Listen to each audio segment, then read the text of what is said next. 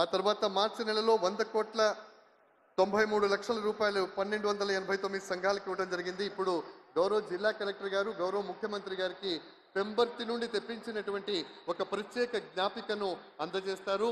పెంబర్తి హస్తకళలకు నిలయమైనటువంటి ప్రాంతం అన్న సంగతి మనందరికీ తెలుసు. పెంబర్తిలో ఈ హస్తకళలు ప్రపంచవ్యాప్తంగా పరివ్యాప్తం చెందాయి. ప్రపంచవ్యాప్తంగా మన ప్రాంతానికి ఒక చక్కటి పేరును తీసుకురావడంలో తమ వంతు క్రియాశీలక పాత్ర పోషించాయి. తరతరాలుగా ఇక్కడ ఉన్నటువంటి కార్మికులు ఎవరైతే ఉన్నారో, ఎవరైతే ఇక్కడ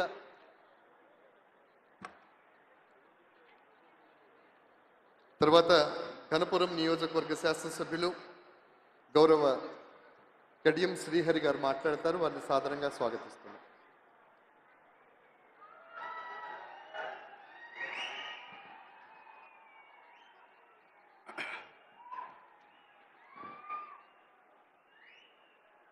మన అందరి ప్రియతమ నాయకులు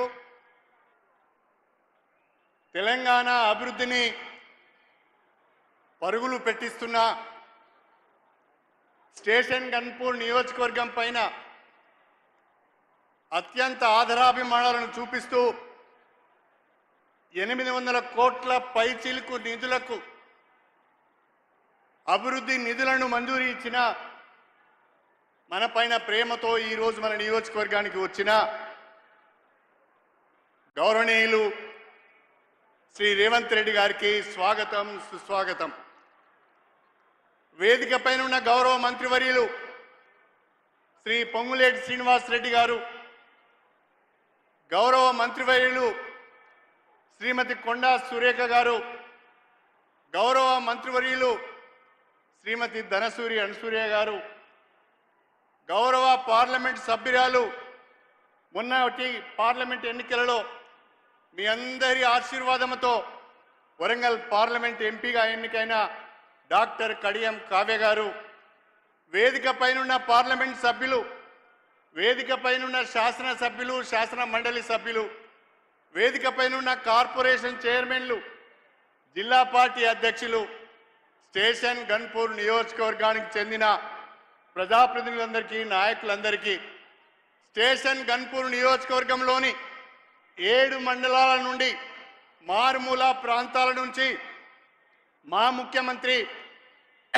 రేవంత్ రెడ్డి గారి సభను జయప్రదం చేయాలని ఎండను సైతము లెక్క చేయకుండా వచ్చిన మా అక్క చెల్లెళ్లకు, అన్నదమ్ములకు, ప్రతి ఒక్కరికి, మీడియా మిత్రులకు పేరు పేరున నా హృదయపూర్వకమైన నమస్కారాలు తెలియజేసుకుంటున్నా.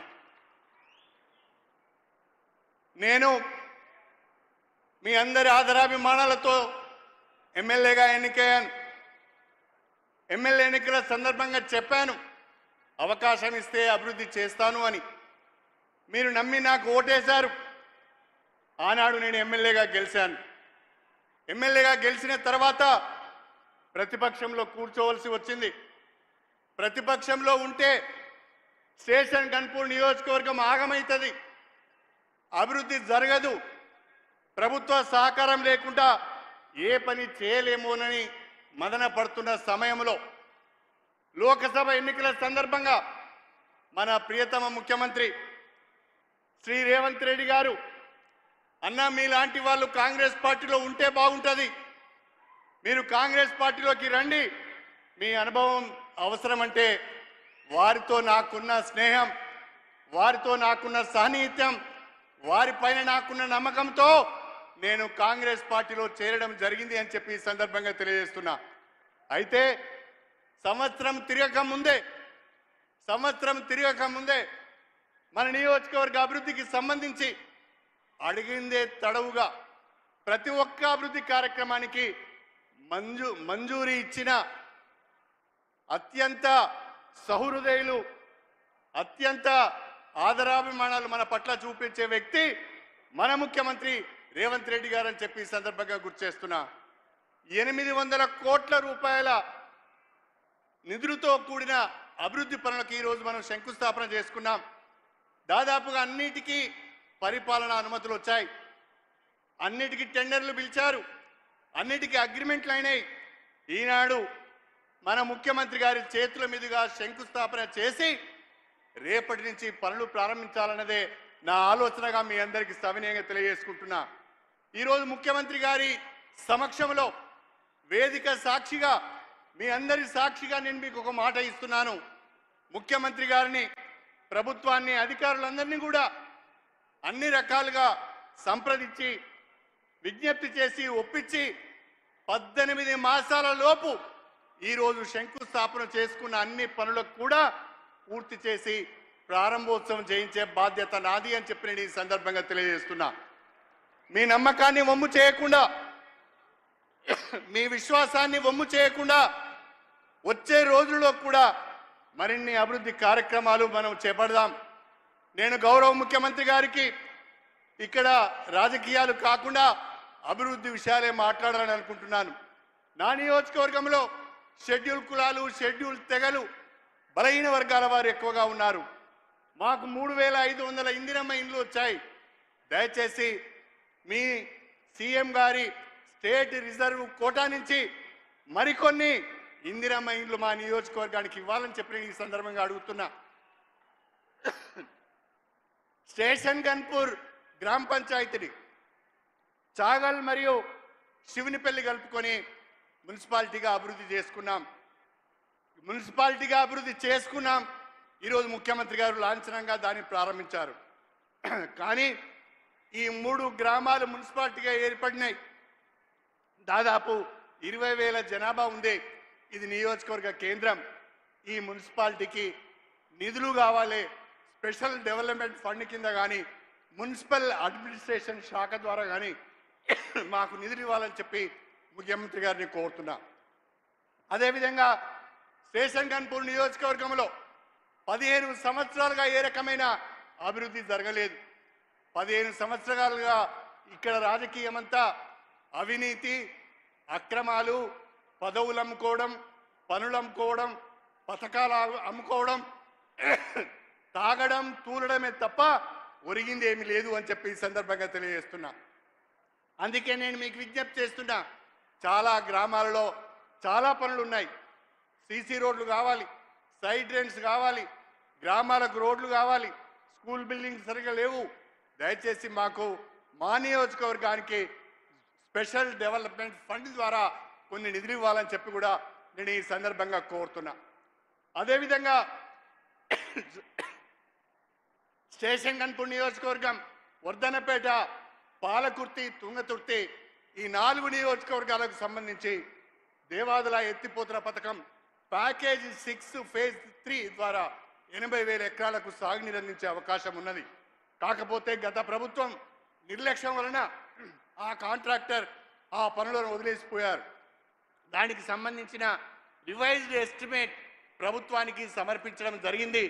దయచేసి మీరు దాన్ని వెంటనే ఆ రివైజ్డ్ ఎస్టిమేట్ తెప్పించుకొని అది కనుక మంజూరిస్తే మా 4 నియోజకవర్గాలలో 80,000 ఎకరాలకు సాగునీరు అందించే అవకాశం ఉంటుంది అని చెప్పి కూడా నేను ఈ సందర్భంగా తెలియజేసుకుంటున్నా.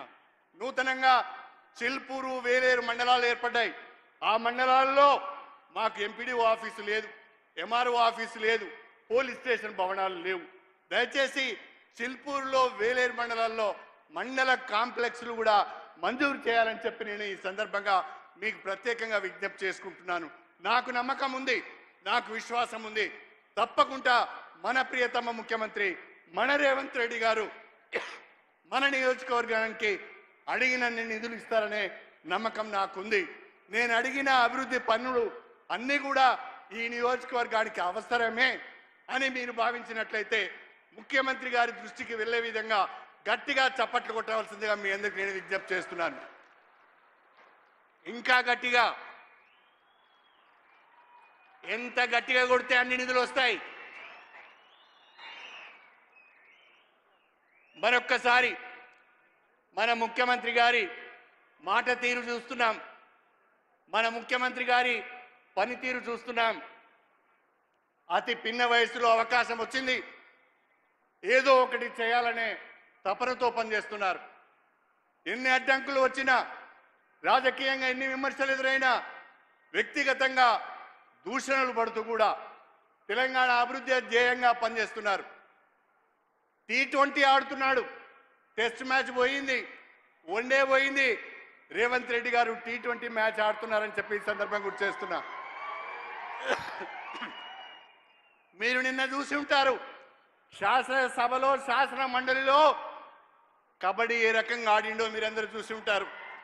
మన గ్రామాల్లో ఆడే చెడుగుడు ఎట్లా ఉన్నదో మళ్ళీ మనకు పరిచయం చేసిండు మన రేవంత్ రెడ్డి గారు అని చెప్పి నేను ఈ సందర్భంగా తెలియజేసుకుంటున్నా.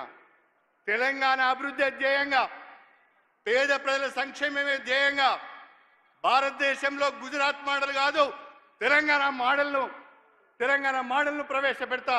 ప్రతి రాష్ట్రం కూడా తెలంగాణ మోడలే ఫాలో కావాలనే విధంగా ఒక ఆత్మధైర్యంతో, ఆత్మవిశ్వాసంతో, ఆత్మ నిబ్రంతో ముందుకు వెళ్తున్న మన ముఖ్యమంత్రి, మన నాయకులు రేవంత్ రెడ్డి గారికి మనందరం కూడా అండగా ఉండాలని చెప్పి ఈ సందర్భంగా మీ అందరినీ కూడా కోరుకుంటూ, పెద్ద సంఖ్యలో ఎండను సైతం లెక్క చేయకుండా తరలి వచ్చిన మా అక్క చెల్లెళ్లకు, అన్నదమ్ములకు మరొక్కసారి చేతులెత్తి నమస్కారం చేస్తూ మీ అందరి దగ్గర సెలవు తీసుకుంటున్నాను.